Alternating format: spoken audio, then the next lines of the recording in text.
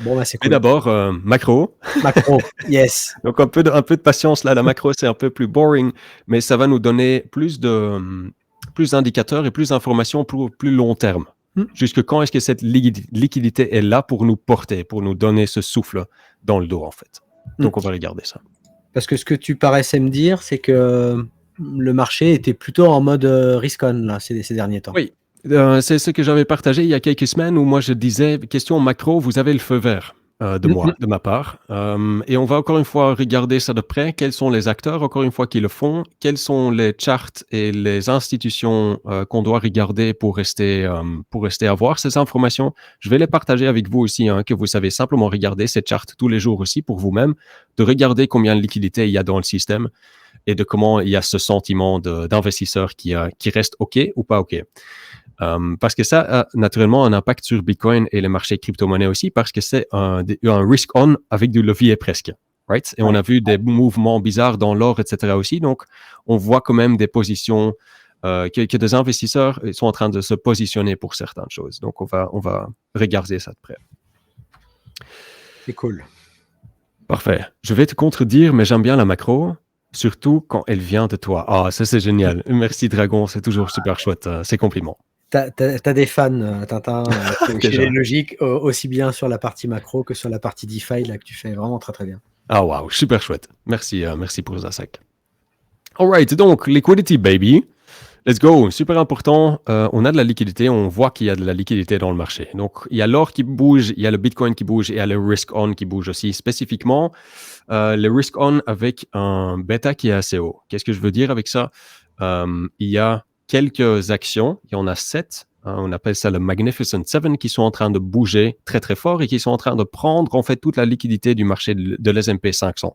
On va voir ça plus tard, mais il y a donc quelques actions, certainement les actions tech, qui sont donc le plus risk on et qui bénéficient le plus de cette liquidité qui sont en train de monter. Donc on va regarder ça.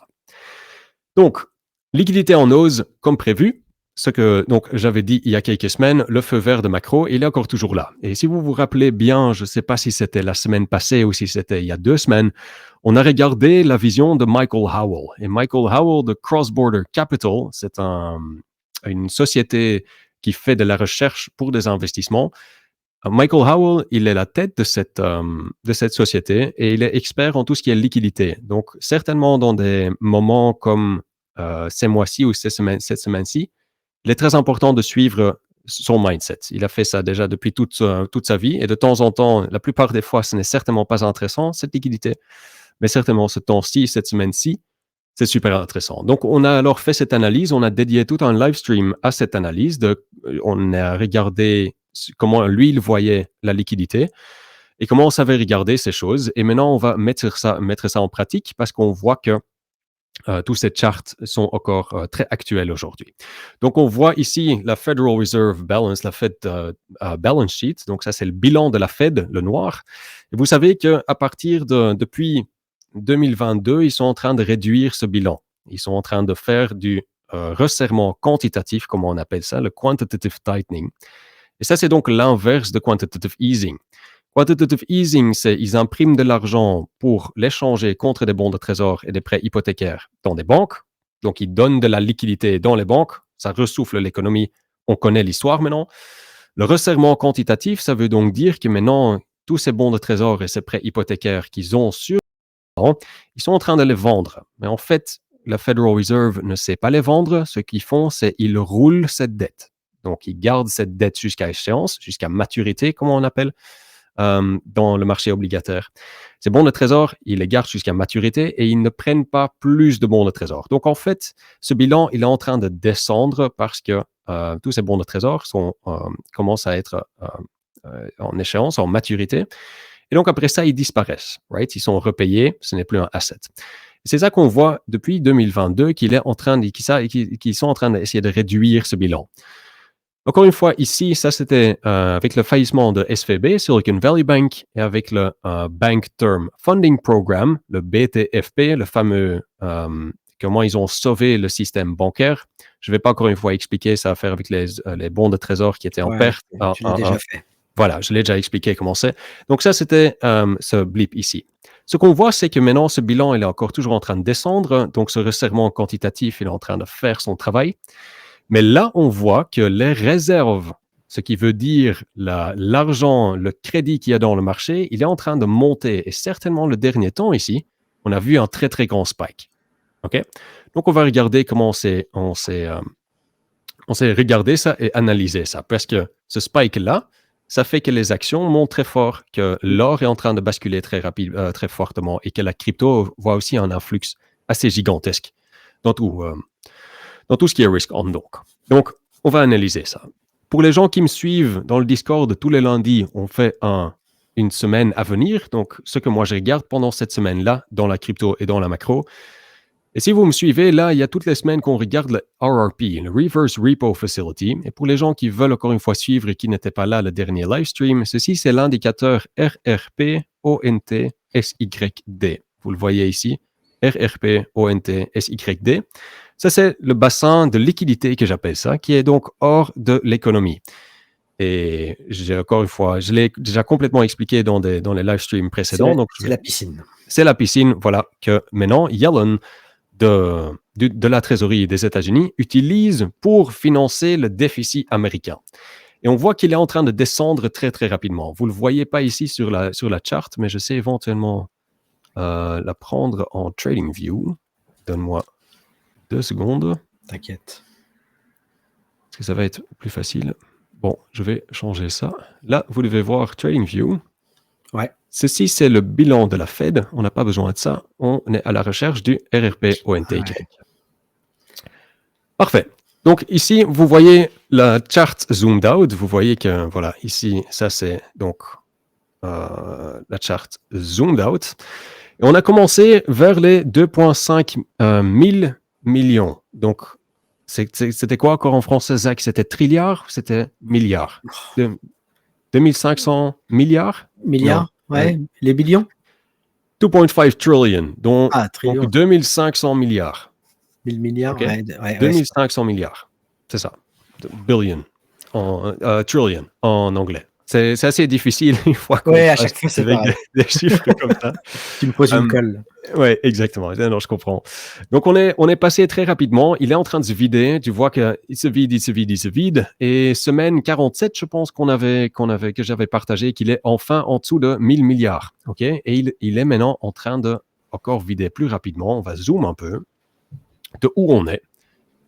Donc ici, il y a semaine 49. Ça, c'était la charte que j'ai donc partagée le lundi, où on fait la semaine à venir. Et là, il était à 770, donc 770 pour les Français. Et maintenant, on est de nouveau à 815. Mais donc, vous voyez qu'ici, on a eu une descente de environ 28% depuis octobre 30, le 30 octobre.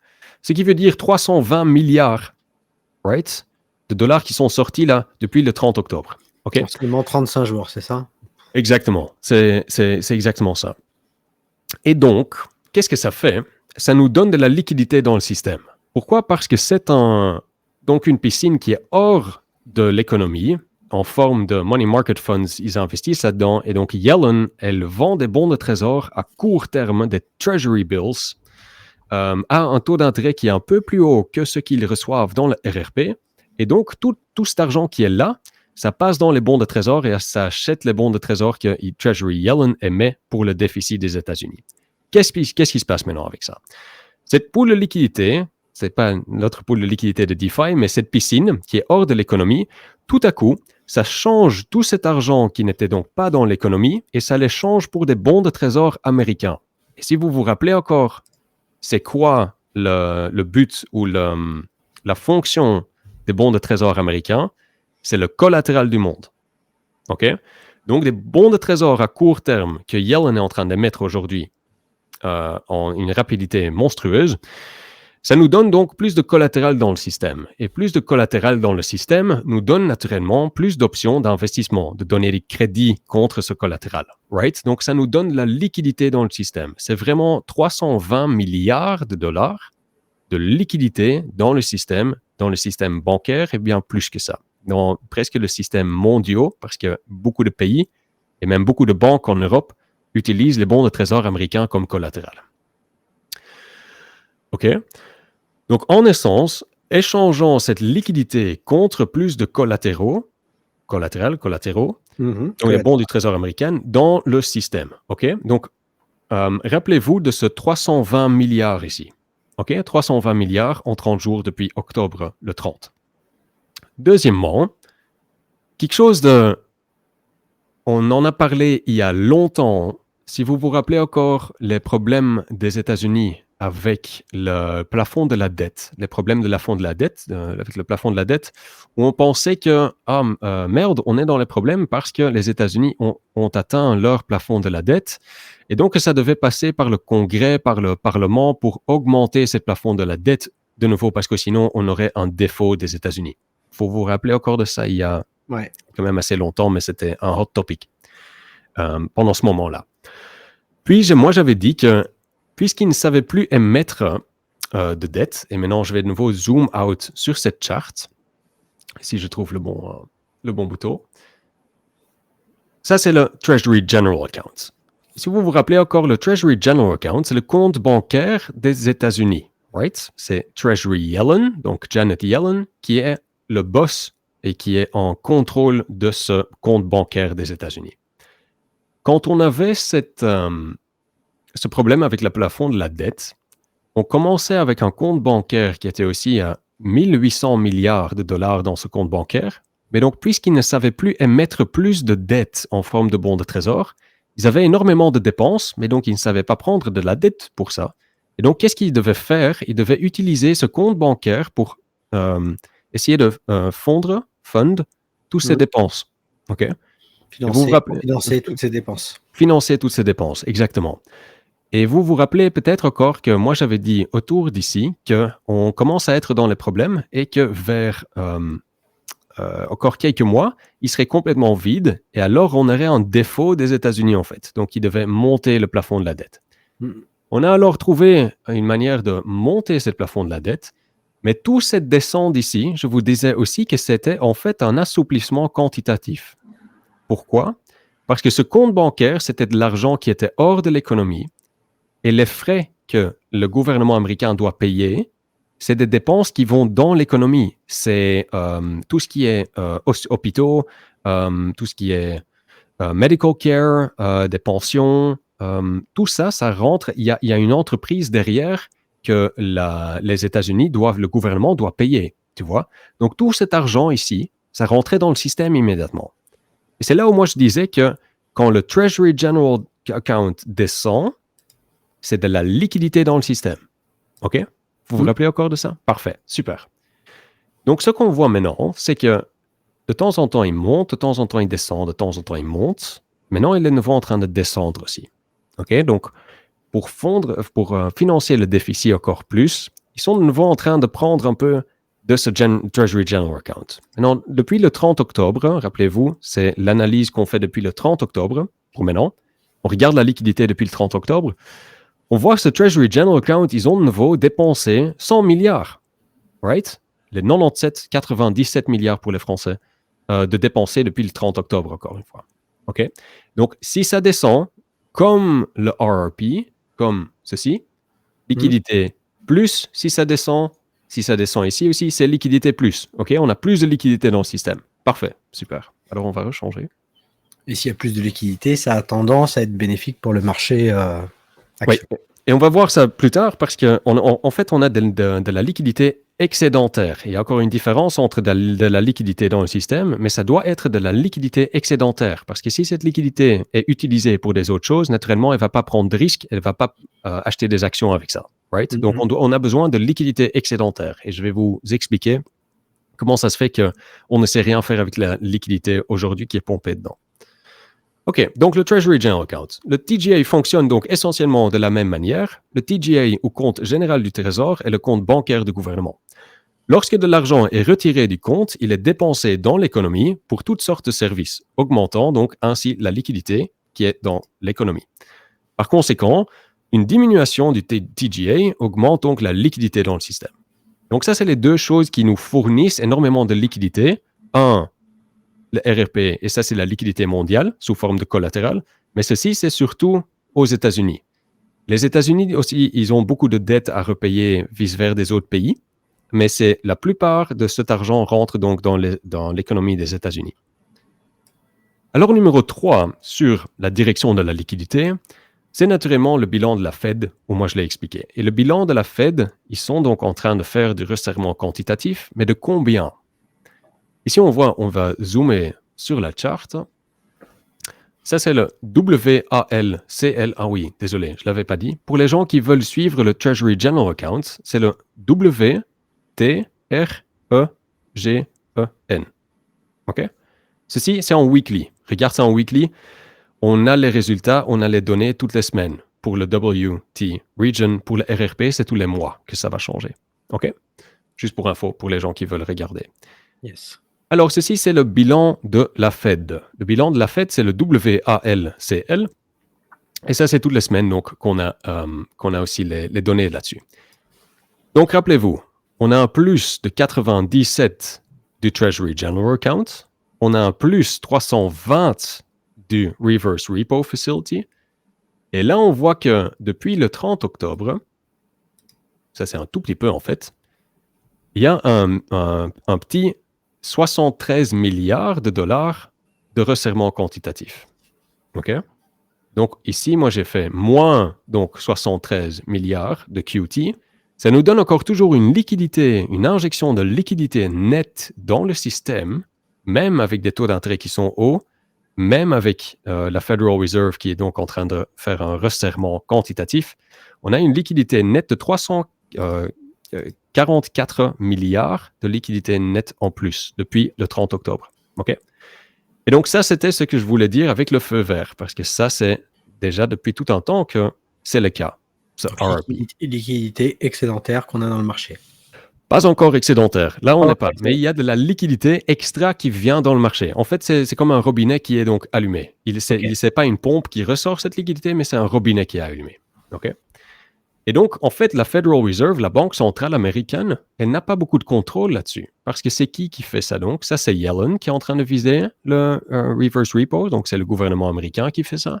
Et ici, c'est le gouvernement américain aussi. Vous vous rappelez peut-être encore du live stream où je disais Powell et Yellen, donc Yellen de la trésorerie, ils sont en train de se battre parce que Powell veut que cette liquidité sorte et Yellen est en train de pomper de la liquidité dedans, en fait. OK? Elle est en train de gagner. OK, parfait. Jusque-là, est-ce qu'il y a des questions? Parce que c'est peut-être un peu trop rapide pour les gens, mais je pense que ceci, on a déjà parlé de tout ça une fois. Ça devrait être... Non, ça paraît... Repeat. OK, super. Arrête-moi, Zach, s'il y a des questions. Pas de problème. OK, donc ici, qu'est-ce que j'ai écrit là? Enfin, nous avons les efforts de la Fed et de notre ami Powell pour aspirer de la liquidité du système dans ce que nous appelons donc le resserrement quantitatif ou QT. Essentiellement, ils laissent la dette se dérouler de leur bilan, ce que j'ai expliqué, sans acheter plus en échange de dollars. Exactement. Cela réduit donc la liquidité car ces obligations doivent être remboursées, réduisant ainsi la liquidité du système. Mais donc ça, c'est seulement un moins 73.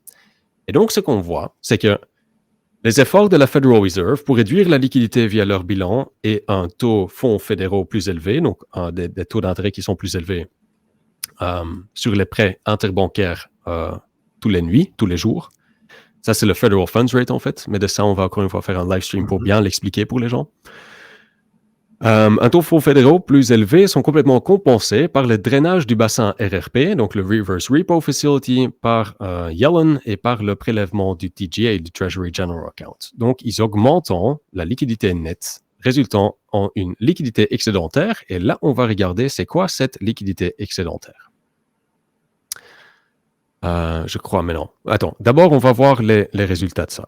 Donc, le résultat 1, c'est avec ce qu'on a commencé. Donc, ici, on voit que les réserves sont en train de monter très rapidement, même si le bilan de la Fed est en train de descendre. Donc, c'est shadow liquidity. Pour les gens qui ne comprennent pas ceci ou qui ne savent pas où regarder, ils disent « Ah, mais attends, il y a de la liquidité qui sort, mais tout est en train de pump. Qu'est-ce qui se passe? » Ben, c'est ça qui est en train de se passer derrière les coulisses, en fait. Okay?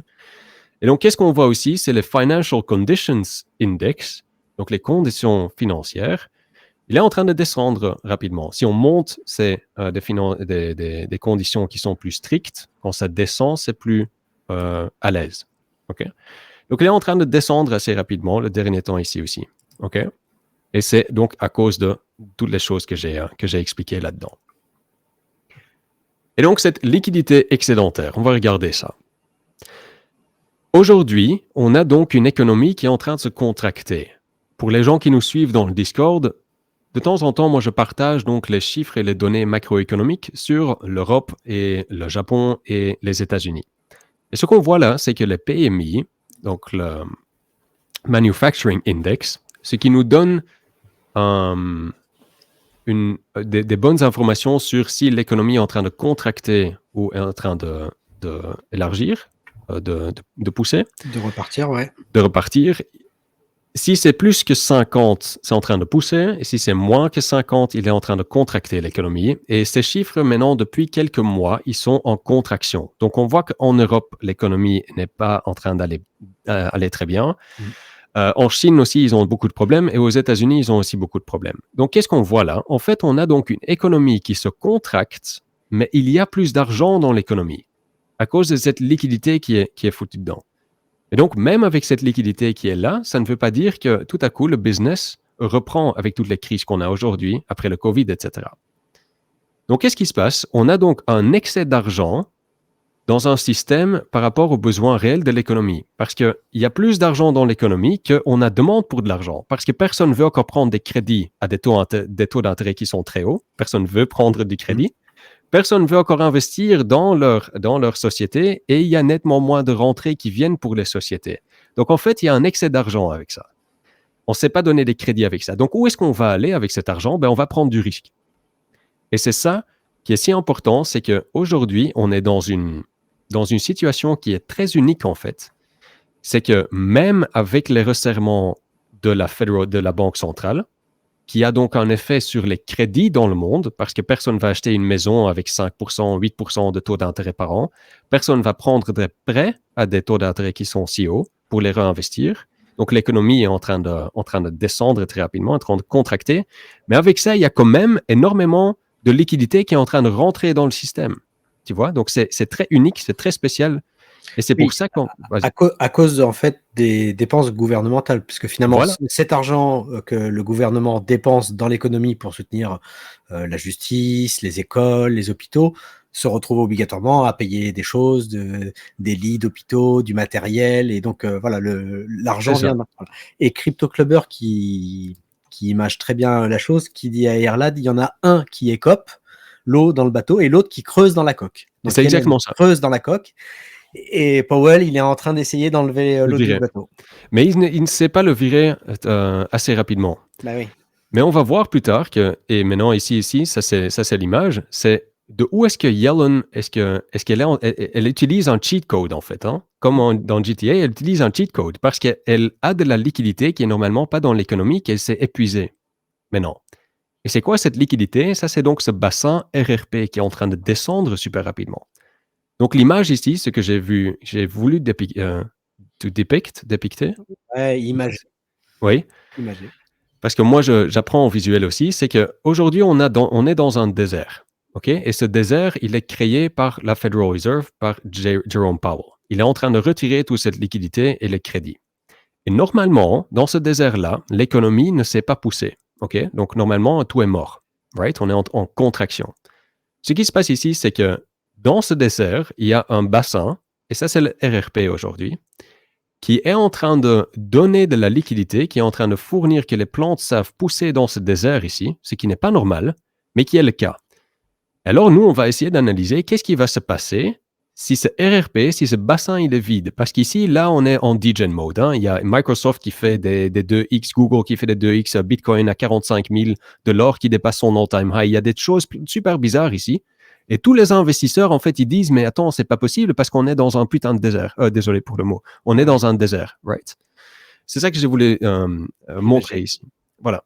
Donc, cette liquidité est présente pour soutenir le risque, mais on est donc dans une économie fragile, simplement avec plus d'argent. Le déficit fiscal multiplié par 5, donc émission de bons de trésor à court terme. Donc, le déficit fiscal, elle est en train d'émettre tous les bons de trésor à court terme, ce qui va nous donner une gifle bientôt. Parce qu'il y a un moment, tous les 3 mois, elle doit rouler cette dette, right? Elle est en train de, en fait, postpone. Chaque fois, elle est en train de rouler tous les 3 mois. jusqu'à ce que ces taux d'intérêt descendent, mais ils sont donc pas en train de descendre. Et donc, il y a une crainte d'inflation croissante pour rembourser le déficit et les dettes élevées. Parce que qu'est-ce qui se passe avec ça? C'est que tout ce déficit, il roule, ils impriment des bons de trésor et ils utilisent la liquidité ici. Et cette liquidité, elle va donc faire remonter l'inflation aussi probablement, right? Et c'est sur ça que l'or est en train de bouger. Parce que ça, c'est aussi quelque chose de bizarre. Normalement, le risk-on, c'est l'or qui descend, c'est de l'argent qui sort de l'or et qui rentre dans des actions spéculatives. Mais ce qu'on voit maintenant, c'est que les actions spéculatives et l'or est en train de monter. Donc, qu'est-ce que ça veut dire? Ça veut donc dire qu'il y a une crainte pour le long terme que l'inflation va augmenter et qu'on passe dans une crise économique, mais avec une liquidité, avec les actions qui sont en train de monter. Et j'espère que maintenant, vous avez une meilleure vision de pourquoi ça, c'est le cas. Parce qu'on n'est pas dans quelque chose de normal ici, right? Cette oase dans le désert, c'est pas quelque chose de normal. Et les investisseurs malins et les gros investisseurs, ils sont en train de voir ça, ils comprennent ça, et en fait, ils se protègent pour le désert éventuel dans quoi ce scénario va terminer. Oui, il y aura certainement une distribution sur ces marchés-là qui vont savoir se préserver avant que la piscine soit vide, quoi. Voilà. Donc, l'or augmente et les actifs à risque montent, soutenus donc par un excès de liquidité, mais avec des craintes d'une inflation plus durable et en fait une récession aussi qui est derrière la porte. Tant que le gouvernement en fait US avec Yellen ne resserre pas la vis en fait sur leurs dépenses, effectivement tout ce que peut faire Powell pour essayer de contenir effectivement l'inflation qui monte, en fait voilà, c'est ça. Il y a une expression qui dit c'est comme pisser dans un violon, quoi. C'est ça. Voilà, exactement. Et pendant un live, j'avais aussi demandé la question, c'est qui le plus fort? Est-ce que c'est Yellen ou est-ce que c'est Powell? La plupart des personnes disaient, ah, mais c'est Powell, parce que lui, c'est le boss de la Banque centrale. Et aujourd'hui, c'est Yellen et le gouvernement qui est le plus fort. Parce qu'eux, ils restent simplement dépensés et ils trouvent de la liquidité pour ça. Qui part d'autre. Tant que le Congrès et tout leur donne en fait cette augmentation du plafond de la dette, mais en fait ça c'est en perpétuel. Ça sera pour toujours. On ne sait plus l'arrêter. On a parlé de ça depuis quelques temps aussi, cette spirale de la dette. On s'est simplement repayé, ça part de l'inflation en fait. Donc on s'est repayé les dollars qu'on a empruntés quand ils étaient plus forts, avec des dollars qui vaut moins à cause de l'inflation dans le futur. Right? C'est pour ça qu'on achète le Bitcoin. Rappelez-vous. Il y a Baniel qui dit, c'est pour ça qu'on commence à avoir des discours comme quoi, fini de donner de l'argent à l'Ukraine, les caisses sont vides. Les caisses sont vides, oui, certainement. Et ça a aussi à faire avec de l'extrémisme qui est en train de rentrer un peu partout. Parce que on a une récession, mais une récession en combinaison avec de l'inflation et les riches qui deviennent plus riches. Parce que le RRP, c'est qui devient plus riche? C'est les gens avec des actions, c'est les gens avec le Bitcoin, c'est les gens qui font un investissement, c'est les gens avec de l'immobilier. Et les gens qui n'ont rien, ils sont complètement screwed parce qu'il y a une économie qui est en train de contracter encore. Donc, qu'est-ce qu'on reçoit avec ça? Qu'est-ce qu'on a? C'est quoi le résultat de ça? C'est des extrêmes. C'est des extrêmes droites et des extrêmes gauches parce que les personnes veulent un changement. Et aussi que la plupart des gens, ils entendent que ceux qui sont à la raison de toute cette merde, de toute cette récession, c'est naturellement la narrative. Pour la droite, c'est tous les immigrants, etc. Et pour la gauche, c'est tous les riches. Right? Mais ce n'est aucun de ces deux. C'est le gouvernement et c'est l'argent. C'est le système monétaire qui est à la base de cette douleur. Ouais, right? Le système est vicié. Le système est vicié et ça sera pour le futur proche jusqu'à ce qu'on a vraiment une solution de ça. Donc, on a parlé il y a quelques live streams aussi avec éventuellement qu'il faut penser en une monnaie qui ne s'inflate pas, qui est en mode déflation, right? Avec le Bitcoin, avec un exemple, mais on sait faire ça avec de l'or aussi et à une partie de l'immobilier. Mais donc, fini cet argent à l'Ukraine, c'est aussi avec les extrêmes. Maintenant, enfin, les gens sont en train de se réveiller. Parce qu'en effet, on a des milliards et des milliards et des centaines de milliards à donner à l'Ukraine. Maintenant, c'est des centaines de milliards en Palestine ou en Israël, sans prendre un côté là-dedans. Hein. Mais il y a juste tout cet argent qui est donc imprimé, encore une fois, prendre plus de bons de trésor qu'on ne sait en fait pas payer, avec alors la conséquence de l'inflation et d'une douleur pour tous les citoyens. Pour les citoyens américains et pour les autres citoyens européens global. Les citoyens chinois, etc. aussi maintenant, qui sont en train de dépenser tellement d'argent avec leur jeu diplomatique avec Taïwan et les conducteurs semi-conductors. C'est pas seulement en Europe, c'est pas seulement en Amérique, c'est pas seulement en Chine. Et la seule différence, c'est que dans chaque pays, il y a une autre raison pourquoi c'est, mais c'est la même raison partout.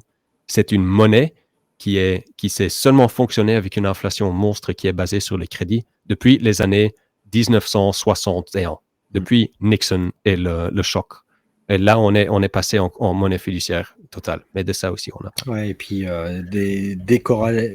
collatéralisé avec l'or, avec les talons or, en fait. Ouais, voilà, complètement, exactement. Bon, je précise pour les personnes qui sont arrivées peut-être en cours de live, donc bienvenue chez Cryptologique. Et donc Tintin nous fait tous les mardis une analyse macro, et donc nous explique des choses très intéressantes sur l'économie et sur ce qui se passe au niveau mondial. Donc on comprend beaucoup mieux les concepts, et justement, comme là ce soir, ce phénomène de marché action qui monte, de liquidité qui est dans le système, à cause de Yellen, alors que Powell aimerait bien resserrer un petit peu les liquidités. Donc voilà. Et puis juste après, on aura ZS Trader pour une partie analyse technique sur le BTC. Donc ça sera très intéressant de parler avec lui, BTC Alt. Donc restez avec nous.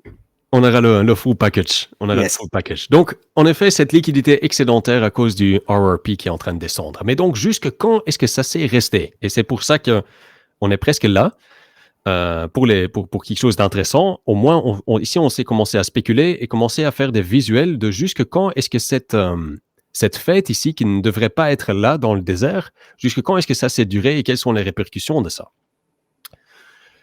Donc, naturellement, on voit ici depuis le 30 octobre qu'on a fait tous ces calculs de combien de liquidités il y avait dans le système. Pour ça, si vous avez raté, si vous êtes juste rejoint, regardez éventuellement le live. Mais donc, on a fait les calculs qu'il y avait une liquidité excédentaire de 350 milliards en total. Et donc, à partir de là, ici, on voit le DXY. Donc, le DXY est en train de descendre. Il y a le risk off, right?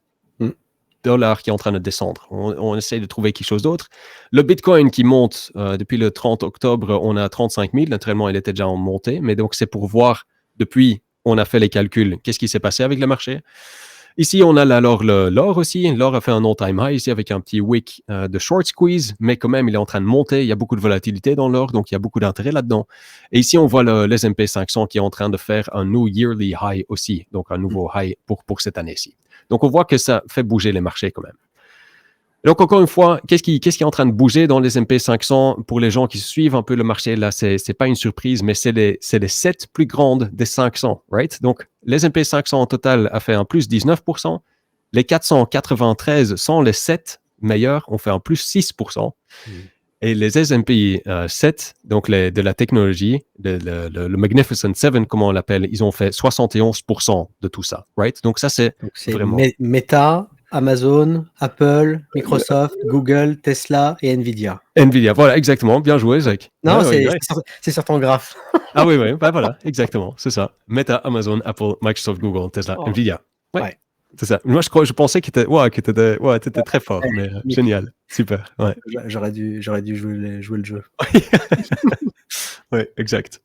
Mais donc aussi, de nouveau, un visuel sur ce que fait cette liquidité. Ça cherche donc le plus risqué, right, dans le marché, parce que c'est une liquidité excédentaire. C'est vraiment excédentaire. On n'a plus rien d'autre à faire avec ça parce qu'on est en fait dans une récession économique. Donc, la situation qu'on a expliquée. Donc, pour moi, il y a un feu vert pour la macro, pour maintenant.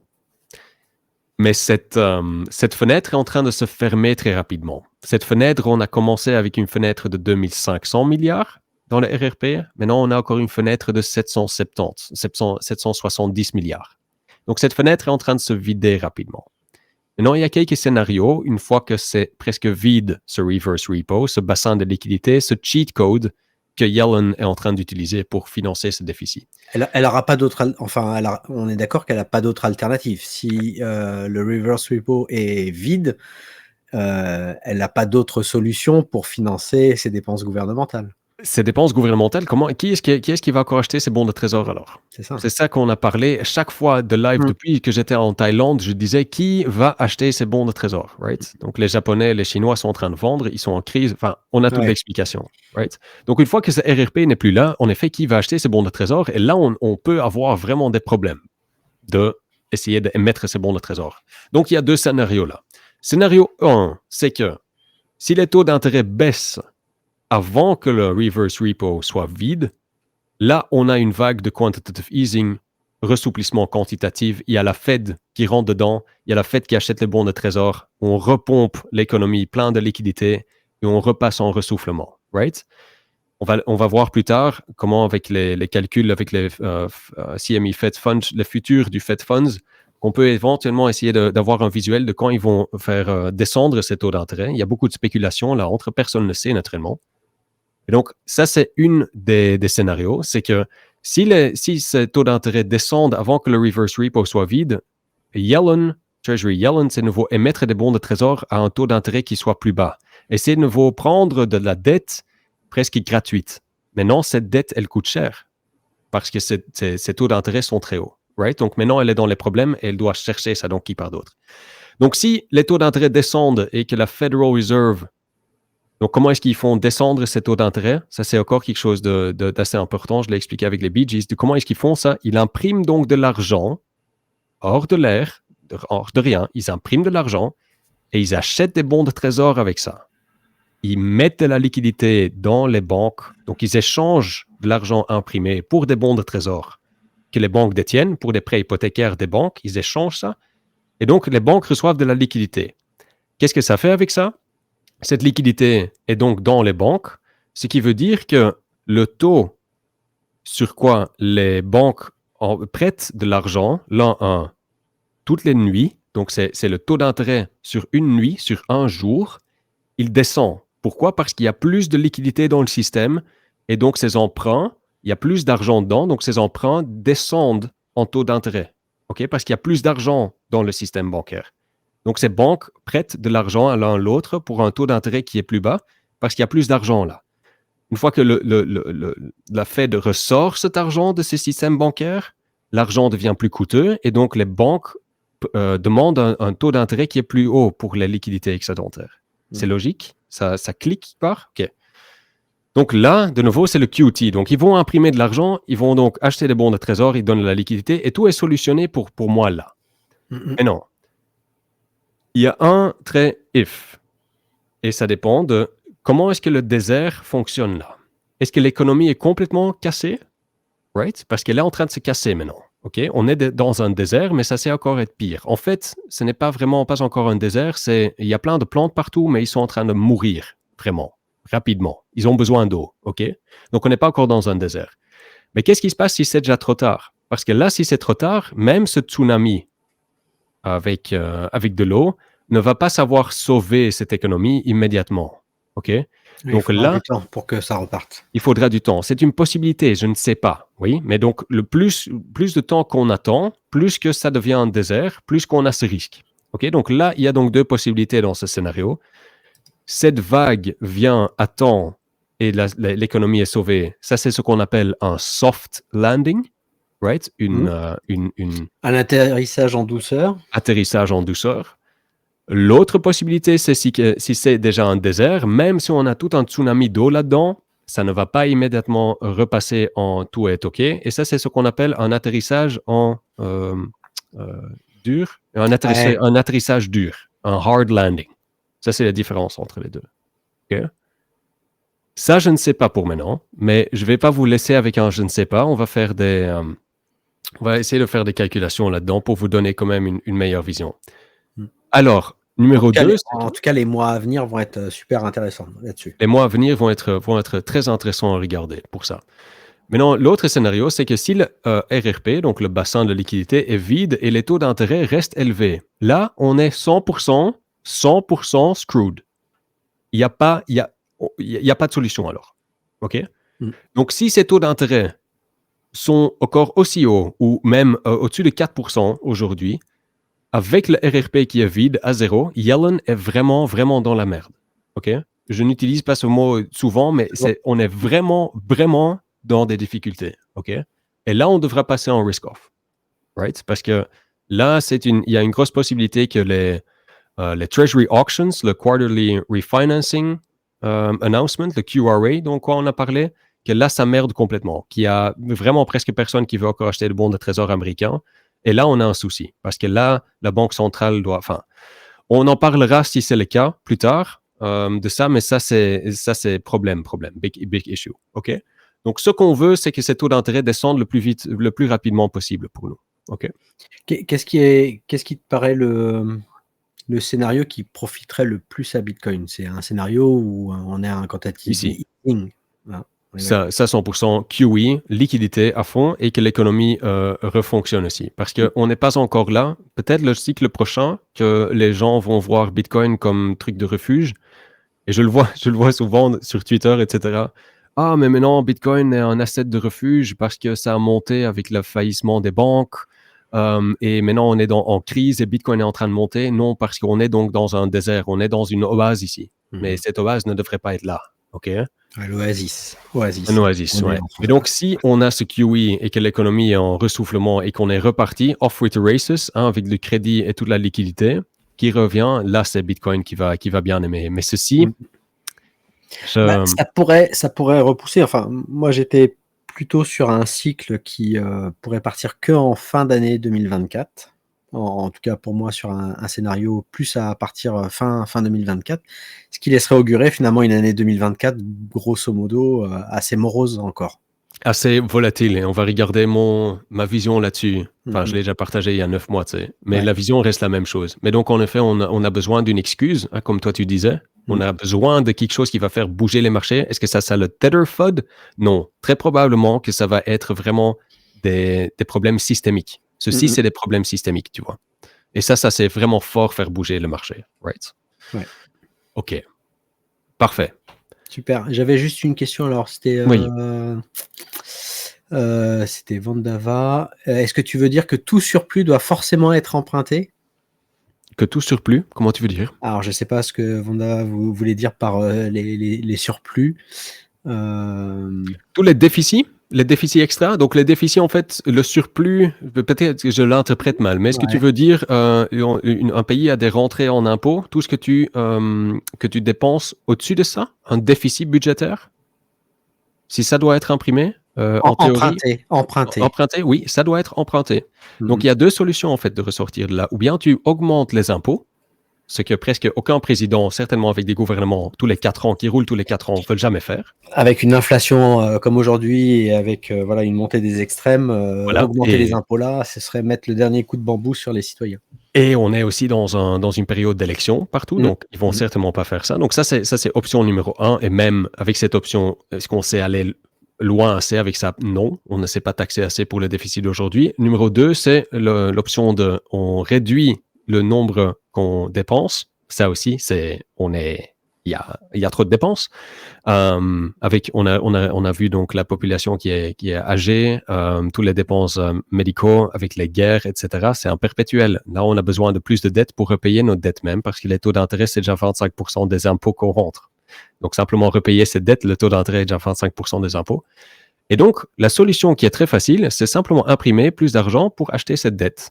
Et donc, de repayer cette dette plus facilement avec des dollars qui vaut moins dans le futur. Et ça, c'est ce qu'on appelle l'inflation. OK? J'espère que c'est clair, ça. C'est cool, ça, de voir perspective. Tu vois, 3 scénarios. Oui, donc il y a 2 possibilités ici avec le tsunami. Quand est-ce qu'il vient? Est-ce que ça serait un désert ou est-ce que c'est encore quand les petites plantes sont en train de mourir? Et ceci, c'est scénario 3. Et là, c'est complètement screwed, vraiment. Donc, feu vert macro jusqu'à ce que ce RRP est presque depleted, jusqu'à ce que ce cheat code est donc fini.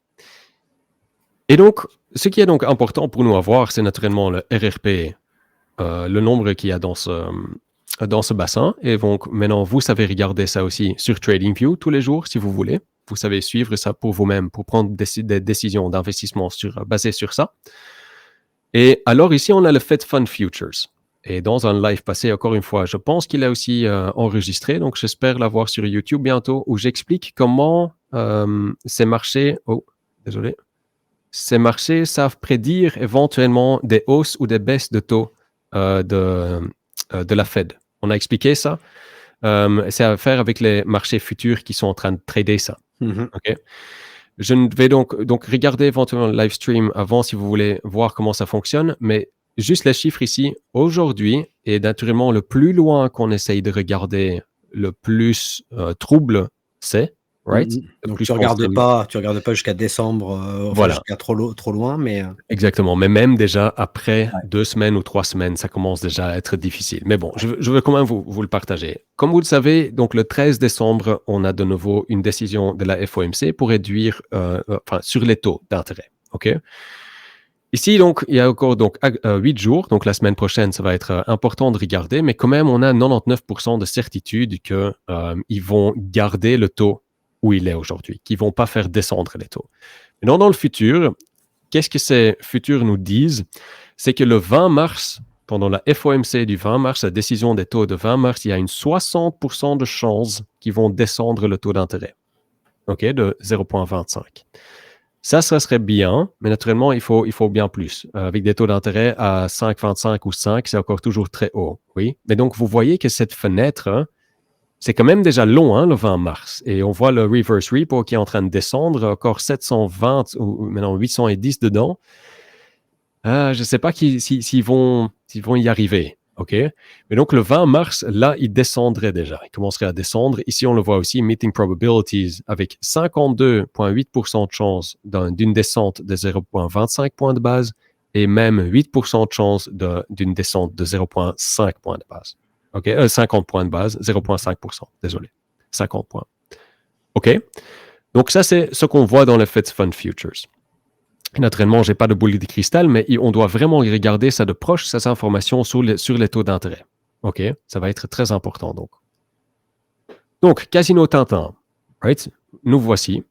Ça, c'est les visuels que moi j'ai fait, que je vais partager, que je vais rester partager tous les lundis quand on analyse la semaine à venir. On va regarder le RRP. Et si cette vision, si cette boule de cristal va changer, parce que naturellement, le plus près qu'on vient vers la date, le plus clair qu'on va savoir voir. Ça, c'est avec tout, naturellement. C'est ça. En fait, ce que tu avais en jaune, c'était ta projection originellement de la fin de la piscine. La piscine serait vide, oui, et on a tendance à accélérer. Donc, en fait, ce temps-là se rapproche à vitesse.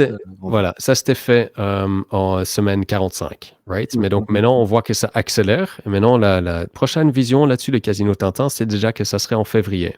Et qu'est-ce que ça veut dire? Ça veut donc dire que si on peut croire le Fed Fund Futures, que le RRP sera vide avant que les taux d'intérêt soient en train de descendre, ce qui donc veut dire merde. OK? Donc, attention. Alors, question, tout le marché Bitcoin, on est finalement là parce que je pense que la plupart des gens, ils sont en train d'attendre qu'on parle de Bitcoin. Je ne sais pas s'il y a encore beaucoup de gens qui sont en train de regarder ou qui sont partis. On est juste 219, c'est pas mal. Oui. Ah, chouette ça, ok. Chouette de vous avoir tous ici. Donc enfin, on va regarder maintenant les marchés Bitcoin et de comment moi, je regarde les choses. Ici, chez Cryptologique, on appelle ça le Casino Tintin. Le Casino Tintin, il n'a certainement pas toujours raison. Je crois même que je suis en moins que 50%. Mais il y a quelques trucs de base qui sont quand même importants. La première chose, c'est que, comme j'ai expliqué, ceci, c'est une prédiction et ça, c'est mon plan maintenant depuis, je crois, 9 mois. Okay, je l'ai aussi partagé. C'est bien, tu as un plan. Il faut avoir un plan. Et c'est ça qui est important, on va voir tantôt aussi. C'est pas mon plan qu'il faut suivre, mais il faut faire un plan à toi-même. Que ces émotions sont parties out of the box, parce que les émotions, c'est ce qui vont faire rentrer les nouvelles personnes et qui, par ma vision, vont être complètement rectes. C'est ce qu'on voit tous les cycles. OK. Donc, si maintenant, vous êtes le mid-curve, no, everybody's winning but me, I'm so dumb. Merde, le Bitcoin est en train de monter, j'ai encore plein de stables et je ne suis pas rentré dans le marché. OK. Bull market, si c'est un marché haussier, on a le temps. OK? Ceci ne passe pas immédiatement vers les 120 000, 150 000. On a le temps et on doit donc flush tout le levier et flush tout le FOMO, la zone ici, que moi j'appelle... est-ce que vous voyez ça ou pas? Oui. La zone ici, c'est ma zone FOMO. Je vais éventuellement le partager. Et puis on va accueillir Seb qui est là. Voilà. Il a bien fait de se manifester. Je le voyais pas, il était en bas. Salut Seb. Hello Seb. Hello, ça va? T'as bien fait de me taguer. Voilà. L'expert, vraiment, ça on aurait besoin. C'est pour ça que ça va être super intéressant d'avoir les analyses Ishimoku à un peu plus long terme aussi, cette fois-ci. De regarder les connaissances de Seb là-dedans. On va faire même le point sur l'analyse qu'on avait fait au mois de mai. On avait dit, voilà, si c'était bien le bottom là, qu'est-ce qu'on pourrait espérer comme target si on partait? Donc, on pourra faire ça. Nice. Donc, comme ça, on verra un petit peu l'évolution. Est-ce qu'on a repris les lignes de force qu'on s'attendait? Est-ce que voilà. Donc, on va pouvoir faire ça sur du long terme. On va refaire un petit peu du court terme parce que à court terme, ok, ça monte, mais jusqu'où? À quoi s'attendre et quoi faire? Si on a, est-ce qu'on prend des bénéfices? On n'en prend pas? On laisse le marché redescendre? Est-ce qu'il va redescendre? Enfin, toutes ces questions-là, je pense que ça va être intéressant. Ouais, ça va être très intéressant. Pour moi, dans mon scénario et mon plan, on va devoir trouver un retracement pour flush tout le FOMO qu'on va avoir dans cette zone. Est-ce que c'est pour ça qu'on ne s'est pas passé nettement plus haut? Pour moi, si ZS va nous dire qu'une target de 50 000 est possible, je vais certainement le croire. Right? Pour moi, c'est certainement possible. Dans ces moments de FOMO ici, ne jamais sous-estimer Bitcoin, right? Ça c'est faire surprendre tout le monde, ok? Si on s'est passé plus haut. Moi, je suis donc en train de diminuer mon risque, diminuer mon delta sur le marché avec des pools de liquidité, ce que j'ai donc expliqué dans le Discord, etc. aussi, sur quoi on bosse aujourd'hui. Ce que je voulais partager là-dedans, pas les zones d'achat, etc. Ça, c'est pour tout le monde, ça sera unique. Mais ici, le carré rouge, ça c'est si on suivrait éventuellement ce qui s'est passé en 2019 avec le signe noir du Covid. Okay? Il y avait beaucoup de personnes qui me disaient, mais passer aussi bas, où naturellement les targets de Seb vont être nettement plus pensés que les miennes, mais si on descend si rapidement aussi profondément, il faut donc un signe noir.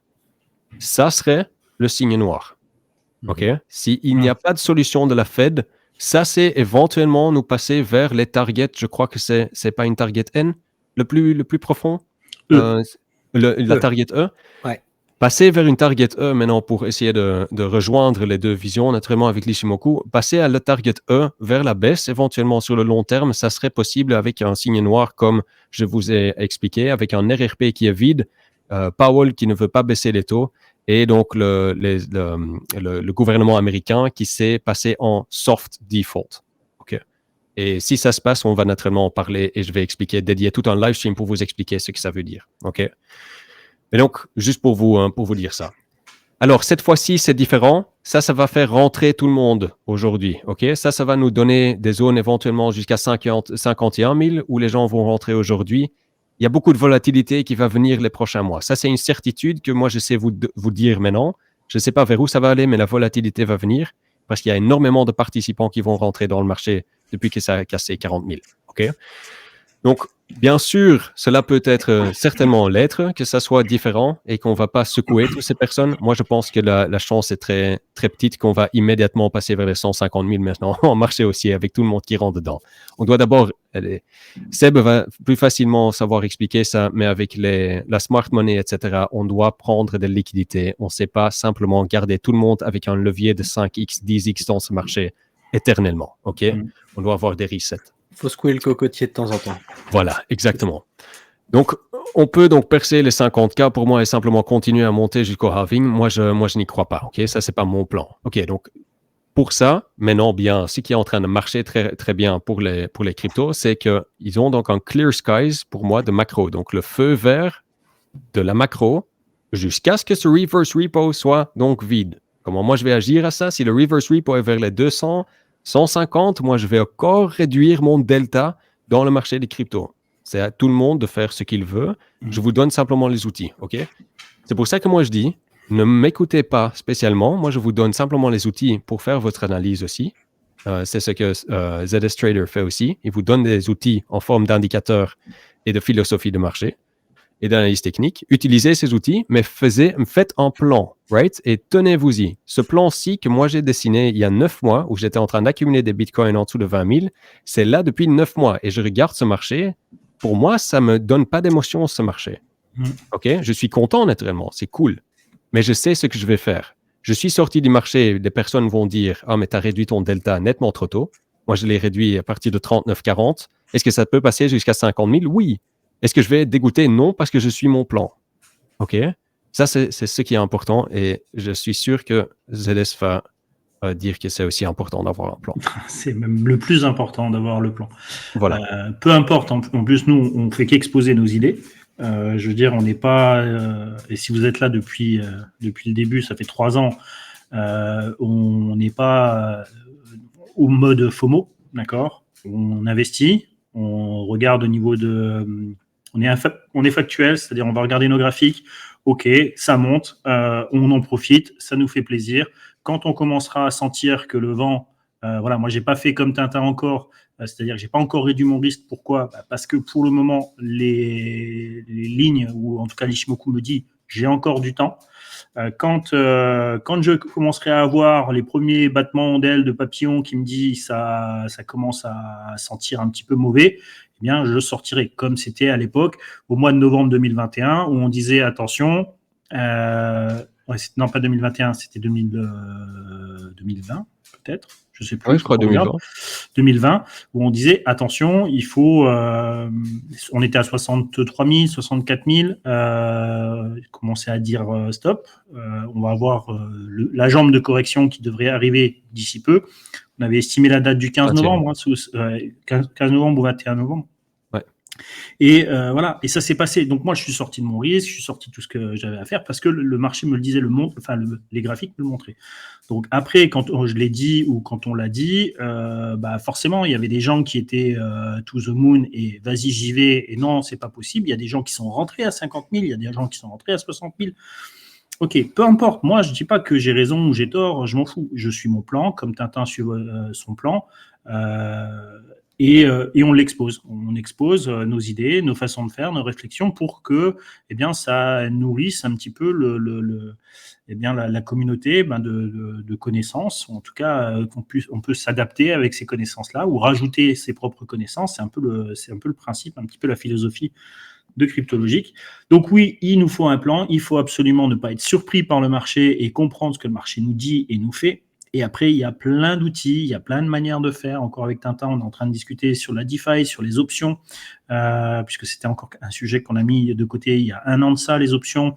Mais là, on commence à s'y intéresser et fortement. Donc voilà, tous les outils qui sont à notre disposition dans la crypto-monnaie et compagnie, comment les utiliser au mieux, comment pouvoir performer tout le temps malgré le fait d'un marché baissier, le fait d'un marché haussier, le fait d'un marché neutre. On doit pouvoir créer de l'alpha sur tout type de marché. C'est ça notre objectif, c'est ça notre but. Et voilà. Donc là, on a de la chance. Ça pump, c'est cool, parce que pour la plupart des gens, c'est la seule manière de gagner de l'argent. C'est-à-dire qu'il faut que le marché dérive pour qu'on gagne de l'argent. Sinon, la majorité des gens perdent et pleurent. D'accord ? Donc, vous avez le sourire, tant mieux, on va le garder encore un petit laps de temps. D'accord ? Mais attention, préparez les mouchoirs si jamais ça doit se retourner. Mais au moins, vous êtes au courant, vous êtes prévenus. Ne partez pas dans un délire de FOMO ou de... Mais bon, si vous êtes encore là, je pense que vous nous avez suivis pendant 3 ans, vous connaissez un peu le discours de la maison. Ouais, c'est ça. Voilà. Exactement, parfait Seb. C'était très, très important de dire ça. Donc en effet, n'êtes pas les gens qui vont être exit liquidity bientôt, à notre avis, ok ? Mais non, avec ça, tout dit, moi je suis donc en train de réduire mon delta vis vers Bitcoin, mais je suis en train de réduire ce delta en prenant de l'exposition vers des autres choses. Et naturellement, pas avec un delta de 1,1 vis vers Ethereum ou de Alt. Donc, je fais des pools de liquidité avec des stables là-dedans. Mais je suis en train de trouver l'Ethereum et les altcoins. Et ça commence à être très intéressant ici. OK? Ça, c'est ma vision. OK? Donc, ça, c'est ce que moi, je suis en train de faire. Et la plupart des fois, plus que le Bitcoin monte, plus que les alts bougera après. Ok, donc attention au levier. Si vous voulez jouer les altcoins, maintenant, je crois que tout le monde qui est dans la crypto connaît un peu les cycles alt, BTC, Ethereum, alt, Ethereum, ou alt, meme, et puis Ethereum. Donc ça c'est à voir, ça c'est complètement à vous de comment vous allez le jouer. Mais gardez en tête que si vous commencez à prendre de levier sur des altcoins, ça peut être très lucratif naturellement, mais ça peut aussi bouger très très fort. La volatilité est là pour vous secouer hors de ce marché. Ok, il n'y a pas de marché simple. Hein. Tout le monde est en train d'intégrer dans sa tête qu'il y aura des alts qui vont bouger vers le haut. Mais d'abord, vous voyez donc, une fois que Bitcoin est en train de perdre 0,5 ou 0,6% dans un retracement, tu vois les alts qui perdent 4%. Right? Donc, faites gaffe avec du levier dans ce marché. Okay? Alors, just for fun, et là, c'est presque fini pour moi. Donc, désolé pour les gens qui sont juste venus. J'ai fait toute une analyse de macro, de la liquidité, jusqu'où cette liquidité s'est restée et quand est-ce qu'on va ressortir cette liquidité. pour encore un outil extra dans ton tool belt. Pour ça, regardez éventuellement la rediff. Mais donc, on est presque à la fin et ceci, c'est vraiment de la spéculation. Ceci, c'est Casino Tintin. C'est quelque chose que moi, j'aime bien faire aussi. Et c'est quelque chose avec quoi j'aimerais parler de la communauté dans le Discord aussi. C'est pour ça qu'on a un cerveau collectif. OK? Donc, une vision maintenant pour comment jouer ceci après que Bitcoin a pump et c'est possible qu'il va à 50 000 ou qu'ici il s'arrête et il latéralise. Une fois qu'il latéralise, c'est très possible qu'il y a beaucoup de gens qui vont prendre leur profit de Bitcoin et qui vont passer dans la jungle, en fait. Alors, pour moi, c'est important de regarder comment est-ce que ça sait finir, tout ça. Et ça finit, donc, comme j'avais dit à Zach au début, ça finit la plupart du temps, certainement à des niveaux ici, on veut faire rentrer la masse qui n'était pas encore dedans, qui était sortie en 2019 et qui sont sur les sidelines aujourd'hui avec des stables ou qui n'ont même pas encore de compte centralized exchange comme des potes, etc., qui sont en train d'envoyer des messages pour entrer dans le marché. OK? Comment est-ce qu'on voit que ceux-là sont en train de rentrer le marché? Dans quoi est-ce qu'ils vont investir? Probablement qu'ils vont investir, dans ma vision, les tokens traditionnels du dernier cycle. Des tokens d'aujourd'hui, ils ne connaissent pas, right? Parce qu'ils n'ont pas fait de recherche là-dessus. Donc, quoi sont les tokens des gens, des normies? Avant, c'était Shiba, c'était Doge, c'était des old tokens. Éventuellement, les Cardano, etc., qui vont bouger. OK, les old school tokens qui l'ont très, très bien fait le cycle passé. Et ça, pour moi, ça serait éventuellement un bon signe de, OK, il est peut-être temps de réduire ton delta contre tout le marché, vice-versa tout le marché, et de chiller un peu pour éventuellement aller acheter plus bas si vous êtes trader, et sinon tu hold simplement parce que acheter maintenant à 45 ou à 28, dans le long terme, ça ne va pas changer énormément. Mais quand même, si tu veux faire bien, alors réduire ton delta et de regarder les points plus bas. Donc, pour moi, celles-ci pourraient être les derniers à monter. Je voudrais bien savoir ce que vous en pensez aussi. Donc, dans le chat, etc., je vais lire le chat tantôt aussi, ce que vous en pensez éventuellement dans le Discord. Ça serait quelque chose de bien pour en penser. Et alors, pour terminer ma partie ici, parce qu'il est presque 10 heures, on l'a tous mérité. Les gens qui sont encore ici, et je sais qui vous êtes, parce qu'on était à une 80, 70 dizaines, quand on était en train d'acheter tout sous de 20 000, vers les 15 500, entre les 15 500 et les 20 000. Je sais qui vous êtes, on le mérite. Right? Toutes les personnes qui disent « Ah, mais t'es chanceux, il y a le Bitcoin qui est en train de remonter et t'as fait un 2x ou je sais pas quoi, easy money. » Well, no, it's not easy money, parce que vous étiez encore toujours là in the depth of the bear. OK? Ceci, c'est important de garder en tête. OK? Même si vous avez encore des stables, si vous n'êtes pas 100% dans le marché, il y aura des opportunités et vous êtes nettement plus loin que tous les gens qui vont rentrer aujourd'hui. Certainement avec la DeFi et des trucs comme ça. OK? Donc ça, c'est une chose. Tu peux être fier de toi. OK? Que tu es encore toujours là. Ça, je voulais partager. Deuxièmement, avec quoi je veux finir, c'est que maintenant, il est temps de vraiment grimper ce wall of worry. Le mur de l'inquiétude, on appelle ça, dans le marché traditionnel, mais aussi dans le marché crypto, naturellement. C'est qu'une fois que le prix monte et que tu sembles qu'avoir seulement des bonnes nouvelles qui sortent, et même avec des mauvaises nouvelles comme CZ et Binance, que ça a monté, que nous, on l'a interprété comme quelque chose de bon, que même ça, on ne sait pas avoir de mauvaises nouvelles de ça, il y aura, avec le temps qui passe, de plus en plus de mauvaises nouvelles. Parce qu'on doit faire baisser ce prix. Oui? Et aussi, la plupart des gens qui sont dedans, ils veulent une excuse pour vendre aussi et vendre leur profit. Okay? Donc, c'est psychologie, c'est la psychologie humaine. Qu'est-ce qu'on va avoir?